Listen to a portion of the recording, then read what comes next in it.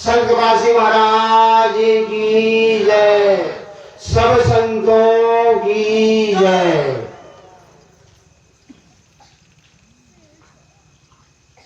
श्री रामचरितमानस में गोस्वामी तुलसीदास जी ने इस सत्संग की महिमा बहुत बड़ी विशेष कहा है, और इस सत्संग की महिमा हर धर्मों के महापुरुषों ने बताया है। जितनी देर हम उस परमपिता परमात्मा की याद में सत्संग के बहाने से बैठते हैं, वो घड़ी बड़ी बेशकीमती है। कहते हैं सोई घड़ी सुलक्षणी साहिब आवे याद, लेखे में सोई घड़ी बाकी के दिन बाद। कहते हैं जितनी देर हम परमात्मा की याद में बैठते हैं वो बड़ी बड़ी सुलक्षणी है, और वो परमात्मा के रजिस्टर में जरूर दर्ज हो जाती है। इस घड़ी की महिमा, ये घड़ी बहुत दुर्लभ है। गोस्वामी तुलसीदास जी ने कहा है कि संसार में अगर दुर्लभ कोई चीज है तो मात्र सत्संग दुर्लभ है, और कोई चीज दुर्लभ नहीं। बड़े बड़े होते, थोड़ी सी परिश्रम करो, पढ़ाई लिखाई करो, सब कुछ मिल जाएगा। थोड़ा बहुत तपस्या करो, स्वर्ग मिल जाएगा।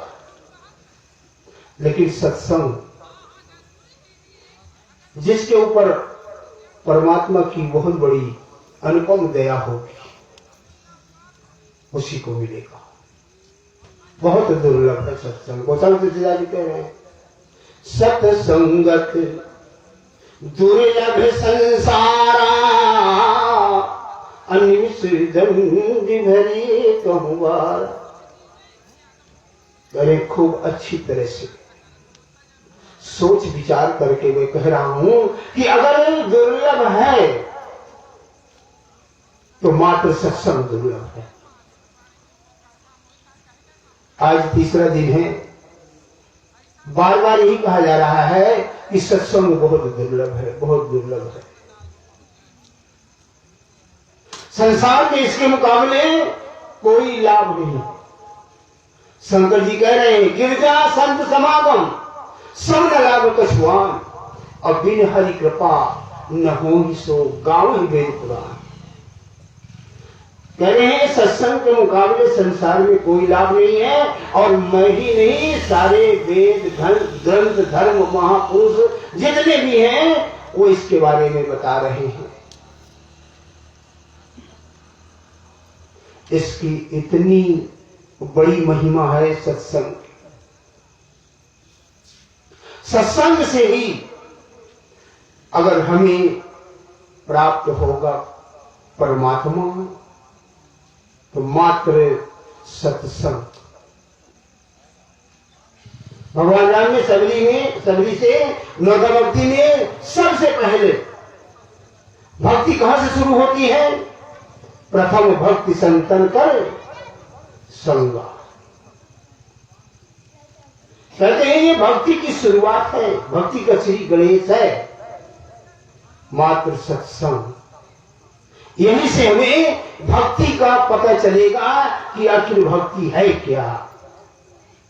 भक्ति तात अनुपम सुख मूला, अमिरई जो संत होली अनुकूला। और भक्ति स्वतंत्र सकल गुण खानी, और बिन सत्संग न पाऊं ही प्राणी। अगर कोई सोचे कि सत्संग के बगैर मैं भक्ति कर लूंगा, तो ये उसकी अपनी एक कल्पना, उसकी अपनी एक सोच है। भक्ति का पता मात्र सत्संग से चलता है। भक्ति है क्या चीज? भक्ति भक्ति सब जगत खाना, भक्ति का मर्म कोई बिरल जाना। भक्ति का पता मात्र सत्संग से चलेगा। एक छोटा सा उदाहरण है समझने के लिए। अगर कोई सोचे मैं सत्संग में न जाऊं और भक्ति कर लूंगा, ये नाना शुभ कर्म जरूर कर सकता है, दान पुण्य कर सकता है और अच्छे अच्छे कर्म कर सकता है और ये मान लेगा कि मैं भक्ति कर रहा हूं, लेकिन भक्ति का पता मात्र सत्संग से चलेगा। और भक्ति को प्राप्त करने के लिए सत्संग में आना पड़ेगा। छोटा सा उदाहरण समझने के लिए, एक बार एक गांव में बाढ़ आ जाती थी और उस गांव में नदी की बाढ़ आ जाती थी, लोग हाल बेहाल हो जाते थे, डूब जाते थे। एक बार एक उस्ताद आया तैराक, उसने कहा भाई मैं आप सबको तैरना सिखा देता हूं, मैं आप सबको तैरना सिखा दूंगा और जब बाढ़ आएगी तो आप अपनी जान बचा सकते हैं। सब गांव के लोग खुश हो गए, चलो भाई चलो। एक एक करके सबको तैरना सिखा दिया। लास्ट में एक आदमी ऐसा बचा, वो कहता मैं तो अभी सीखा ही नहीं। कहने लगा चलिए भाई मैं आपको भी सिखा देता हूं। नदी में ले गया उसे और गहरे पानी में, यहां तक के पानी में उसे पेट में हाथ लगाया और बताया ऐसे हाथ पैर मार, अपनी कोशिश कर, डरने की बात नहीं, मैं हूं। और थोड़ा सा पेट से हाथ खींच लिया और गहरे में थोड़ा चला गया तो एकदम जो है आपको तपक करने लगा। एकदम उसे ऐसे लगा कि मैं तो डूब जाऊंगा। उस्ताद ने उसे पकड़ा, कहने भाई कोई बात नहीं, तू घबरा मत, डूबने नहीं पाएगा, मैं हूं तेरे पास। लेकिन वो बाहर निकल करके और उस्ताद को कहने लगा अरे भाई तू ये बता मुझे तैरने सिखाने आया कि मारने आया? मैं तो बच गया डूबने से, एकदम रेत में आ गया। उस्ताद ने कहा भाई आ जा, मैं तुझे तैरने सिखा दूं। कहने लगा मैं नहीं आऊंगा, मैं नहीं आऊंगा, मैं तो जब आऊंगा जब तैरने सीख जाऊंगा। उस्ताद ने कहा भाई क्या रेत में तो तैरने सीख पाएगा क्या?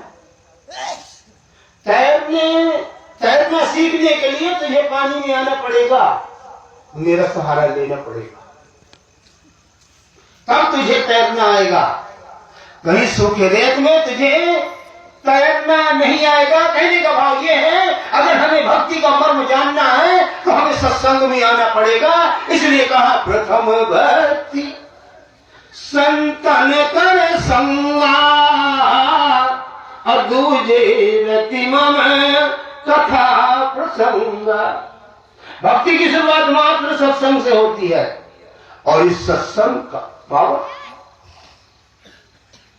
इस सत्संग का पावर बहुत तगड़ा।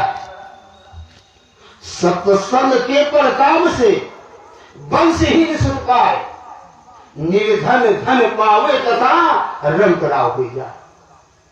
सत्संग की ये महिमा, सत्संग की ये ताकत है।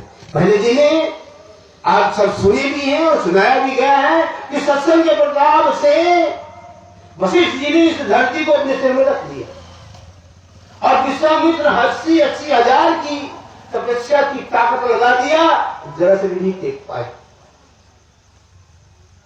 सत्संग की महिमा, सत्संग की ताकत।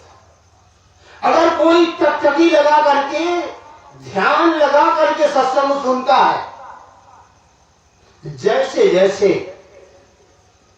सत्संग सुनता चला जाएगा उसके अंदर निर्मलता आनी शुरू हो जाएगी, उसके अंदर पावर काम करना शुरू कर देगा। परमात्मा की ताकत है उसके अंदर, परमात्मा की ताकत काम करना शुरू हो जाएगी। काम, क्रोध, लोभ, मोह, अहंकार, ईर्ष्या, निंदा, चुगली ये कंट्रोल होना शुरू हो जाएगी अगर कोई सत्संग को दिलो दिल से सुनता है तो। जो दिल से सुनेगा उसके साथ कुछ और घटित होगा। जो दिल से जो सत्संग सुनेगा उसके साथ और घटित कुछ होगा। नेक पाप होना वो शुरू हो जाएगा। सत्संग की ये ताकत है, सत्संग का ये स्वभाव है। और ये सत्संग अगर हमने भक्ति भी नहीं किया और सत्संग में एक बार ध्यान लग गया है, मन लग गया है, एक बार एक घड़ी जम के दूध से छुड़ा देगा। इतनी बड़ी ताकत है सत्संग की। एक छोटा सा उदाहरण है, समझ, इस घड़ी की महिमा की बात समझने के लिए, उदाहरण है समझने के लिए। एक बार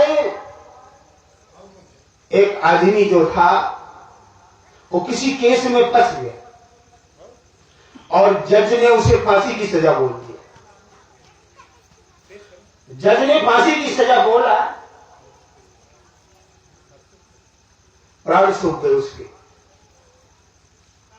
लेकिन जज ने एक हौसला दिया, भाई तेरे पक्ष में अगर कोई एक आदमी गवाही बोल दे तो तेरी फांसी की सजा कर सकती है। अगर तेरे पक्ष में अगर कोई एक आदमी गवाही बोल दे तो तेरी फांसी की सजा कट जाएगी। उस कैदी के 3 ऐसे दोस्त थे, 3 ऐसे दोस्त थे कि अगर उसे ये भरोसा था कि जहां मैं जो कह दूंगा वो मेरी तरफ से गवाही बोल देंगे,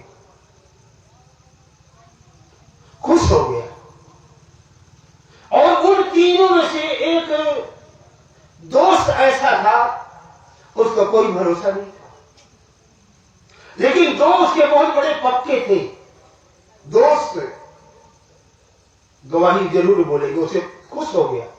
एक नहीं बोलेगा दूसरा बोल देगा, तीसरे वाले को कोई भरोसा नहीं। आया और जो सबसे प्यारा दोस्त था उससे पूछा, भाई मेरे को फांसी की सजा सुनाई गई है और आप मेरी तरफ से अगर गवाही बोल दे तो मेरी फांसी की सजा कट जाएगी। जिस दोस्त पर इतना बड़ा भरोसा था वो कह रहा है, भाई तेरी मेरी दोस्ती है, ठीक है, जरूर है, चाहे तू फांसी की सजा से बचे और चाहे ना बचे, मैं तो अपने घर के दरवाजे से बाहर तक नहीं जाऊंगा तेरे साथ। जिससे बहुत बड़ा गहरा लगाव था, जिसे बहुत मानता था, उसने ऐसा जवाब दिया।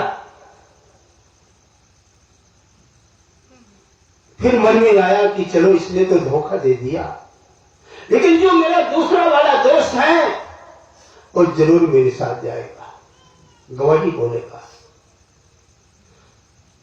दूसरे वाले के पास गया और भाई बताया, भाई मुझे फांसी की सजा हुई है और अगर तू मेरी तरफ से गवाही बोल दे तो मेरी फांसी की सजा कट जाए। कहने लगा, भाई देख तेरी मेरी दोस्ती है, ठीक है, मानता हूं और चलूंगा भी, लेकिन मैं कचहरी के अंदर नहीं जाऊंगा, कचहरी की बाउंड्री तक चलूंगा, बस आगे नहीं जाऊंगा, बाकी तेरा काम जाने तू जा। एकदम होश उड़ गए। इतने गहरे दोस्त, ऐसा ऐसा जवाब कहने का, भाई जब कचहरी के अंदर नहीं जाएगा तो जज के सामने गवाही नहीं बोलेगा तो मेरी फांसी की सजा कैसे कटेगी।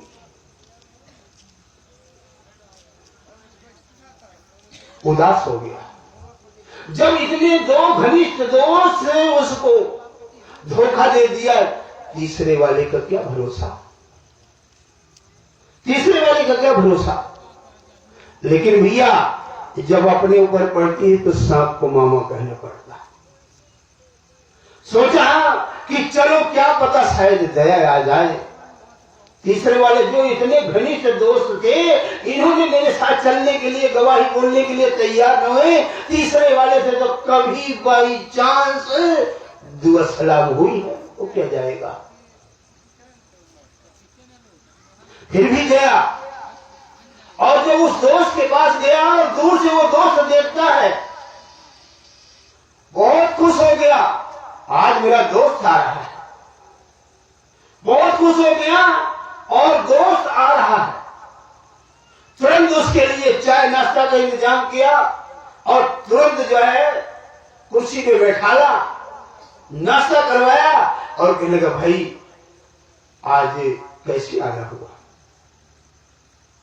सारी बात बताई कि मुझे फांसी की सजा हो गई है, फांसी की सजा हुई और मेरी तरफ से तू अगर गवाही बोल दे तो मेरी फांसी की सजा पड़ जाएगी। कहता है, गवाही की बात कर रहा है? जहां तेरा पसीना गिरेगा वहां खून बहा दूंगा। चल चल, मैं तेरे साथ चलता हूं और गवाही बोलता हूं। और हकीकत में जाकर के गवाही बोला, उसकी फांसी की सजा कट गई। उसकी फांसी की सजा कट गई और खुश हो गया, आजाद हो गया।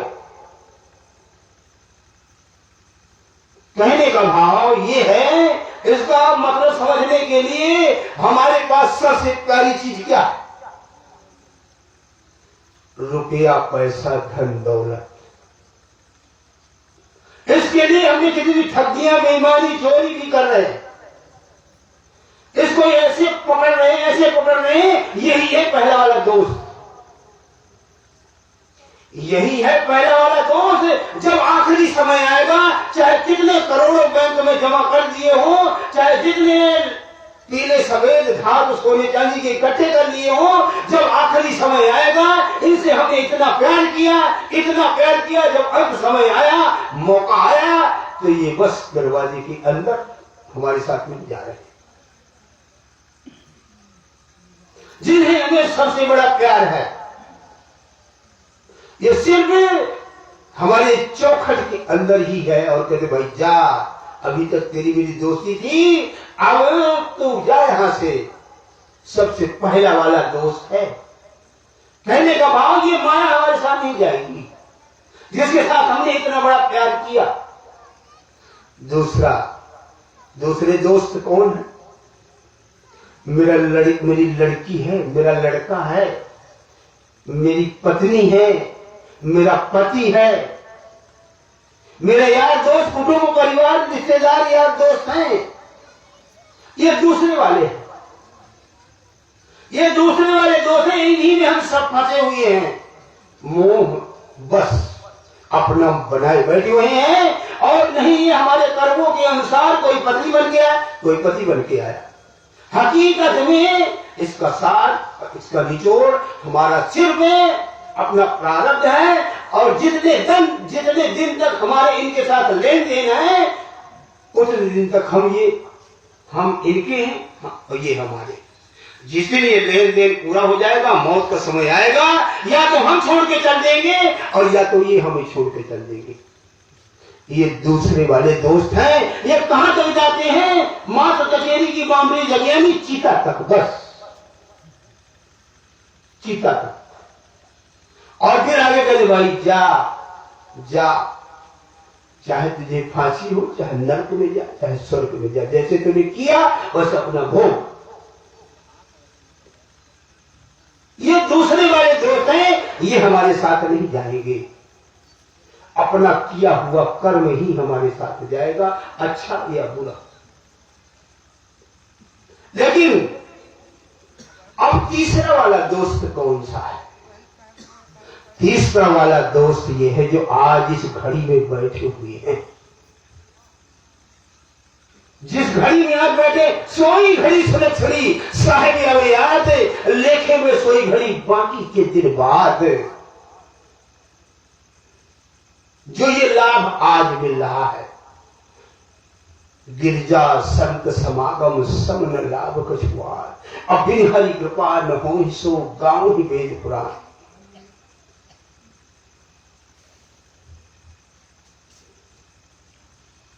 ये लाभ, ये घड़ी जरूर हमारे साथ जाएगी, ये घड़ी जाएगी। और इसका इतना बड़ा प्रताप है। सत्य नदी हरि नाम की जहां पखारते निर्मल मन होते हैं संतों के सत्संग। सत्संग के माध्यम से अगर हमारे अंदर निर्मलता आ गई तो वो पीछे पीछे घूमेगा। कबीर साहब ने अपनी वाणी में कहा, कबीर मन निर्मल भया। कहते हैं ये हमारे जितनी देर निर्मलता आ गई, कबीर मन निर्मल भया जैसे गंगा नीर, पीछे पीछे हरि फिरे कहत कबीर कबीर। कहते जितनी देर हमारे अंदर निर्मलता आ जाएगी वो परमात्मा हमारे पीछे पीछे घूमेगा। कल्याण रामायण में कहा, भक्त मेरा जहां पग धरे तहां धरूं मैं हाथ, और पीछे पीछे मैं फिरूं कभी न छोड़ूं साथ।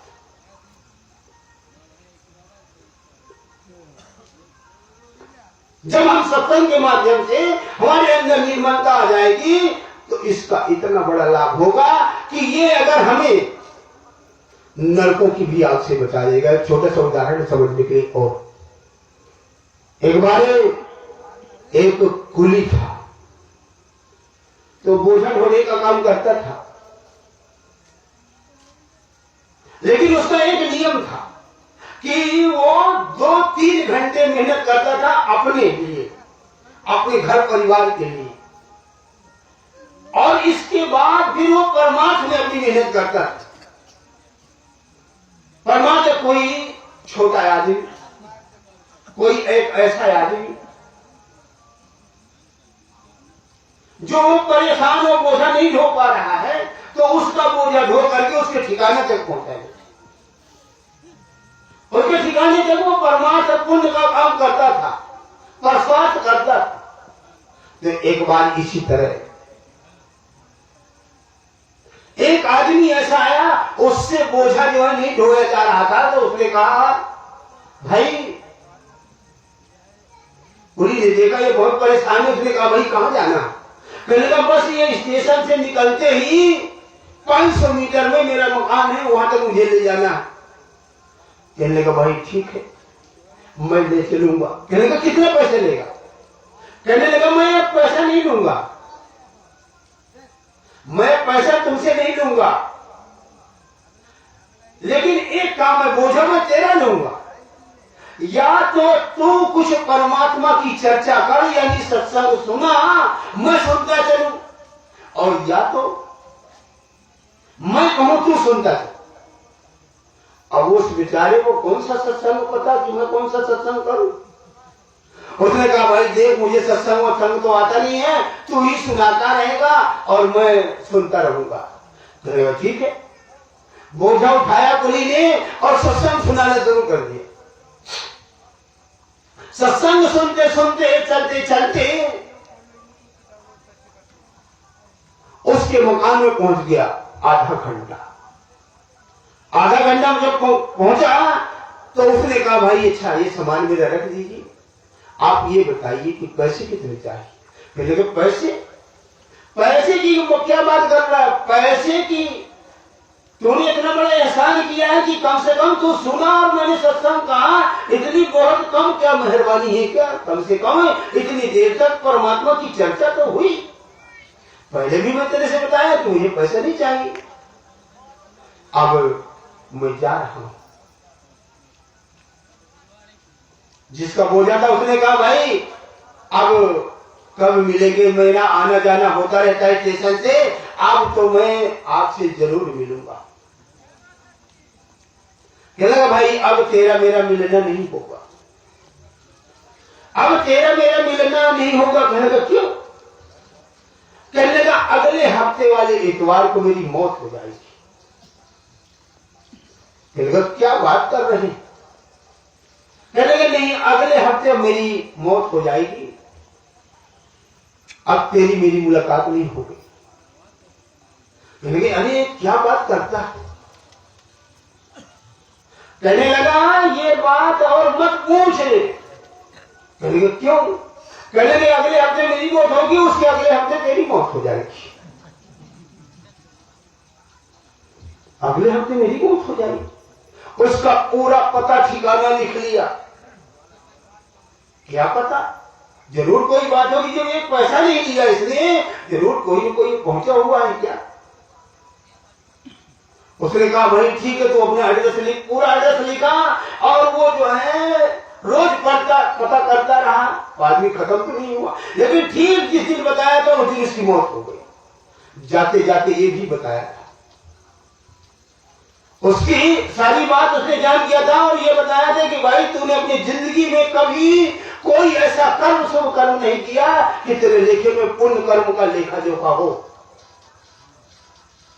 और अगले हफ्ते मेरी मौत और दूसरे हफ्ते तेरी मौत, लेकिन मैं तेरे को एक उपाय बता रहा हूं। जब तेरी मौत होगी और तेरा लेखा जोखा देखा जाएगा, चित्त गुप्त गवाही बोलेंगे, तो तेरे लेखे में कोई न दान है, न पुण्य है, न सेवा है, न सदगुरु की दरबार की सेवा है, न तूने कभी कोई सत्संग सुना। लेकिन जो ये तेरा मेरा समय आधा घंटे का गुजरा है, ये बहुत बड़ा महत्वपूर्ण होगा। धर्मराज तेरे से पूछेंगे तो एक ही बात कहना कि जिसने मुझे सत्संग सुनाया है उसे एक बार उसे मिला दीजिए। सारी बात नोट कर लिया, भरोसा नहीं हो रहा, लेकिन पता करते करते जिस दिन वो ठीक समय आया उस दिन वो कुली जो था वो खत्म हो गया। जब वो खत्म हो गया तब उसे पक्का भरोसा हो गया कि अगले हफ्ते मेरी मौत होगी, क्योंकि वो एक पहुंचा हुआ फकीर था और उसने सारी बात बताया। अब वो दिन गिनता रहा, जब अगले हफ्ते वाला इतवार आया ठीक 12 बजे वो भी चल बसा। जब धर्मराज के दरबार में वहां पेश हुआ, उसका लेखा जोखा देखा गया। उसने अपने जीवन में कभी कोई ऐसा कर्म नहीं किया है, कोई दान पुण्य शुभ कर्म नहीं किया है, कोई सत्संग सेवा दरबार कुछ नहीं किया है, सारे उल्टे ही कर्म देखे जा रहे हैं। पूछा गया भाई तेरे लेखे में कोई ऐसा कर्म नहीं है, एक थोड़ी देर के आधे घंटे के लिए वार्तालाप भर की चर्चा में तूने सुना नहीं है, सिर्फ हुकारी भरा है, सिर्फ उतना है। और इसके फल में तुझे जो है कुछ दिन के लिए स्वर्ग ही भेजा जा सकता है, यानी और या कुछ तेरा इरादा क्या है। उसने कहा मुझे उसके फल में इतना जरूर कर दीजिए कि जिसने मुझे वो सत्संग सुनाया और उसमें मैंने हामी भरा, उसके एक बार मुझे मिला दीजिए। तो वो जो रूह कुली की रूह थी, जो कुली की आत्मा थी, वो सीधे सचखंड में थी, जहां से फिर आना और जाना नहीं होता। स्वर्ग में नहीं, स्वर्ग वाले तो फिर आते हैं दोबारा। सचखंड में वो रूह जब सचखंड जहां आनंद का धाम ही है वहां पर पहुंची हुई है। धर्मराज के दूत उसको लेकर के गए, कहने लगे भाई ये जो बाउंड्री है इसके अंदर चले जाओ, लेकिन उससे मिल करके तुरंत वापस आओ, उससे मिल करके तुरंत वापस आओ। हमें जहां तुमने जैसा कर्म किया है वहां तुम्हें हमें ले जाना होगा। और बाउंड्री के अंदर गया, बाहर धर्मराज के दूत खड़े, अंदर जो कुली बैठा हुआ था, नूरानी चेहरा, जैसे देखा भाई आ गया जी, आ गया, आज बैठ जा, आज बैठ जा। अब वो धर्मराज के दूत खड़े बाहर, अब वापस आ रहा, अब वापस आ रहा, अब वापस आ रहा, नहीं आए। धर्मराज के दूत भी नहीं धर्मराज के दरबार पे पहुंचे तो धर्मराज भी पहुंच गया वहां। धर्मराज वहां पहुंच गया और कहने लगे भाई क्यों, वो आ नहीं रहा, वो आ नहीं रहा और तुम भी नहीं आ रहे हो, क्या बात है। कहने लगे वो अंदर चला गया, निकल ही नहीं रहा। धर्मराज ने कहा चलो यहां से, चलो यहां से, जो इसे बाउंड्री के अंदर चला जाता है चला जाता है वो कभी वापस नहीं आता। और ये उसका जो है ये आधे घंटे का सत्संग है, उसके जीवन में काम किया है।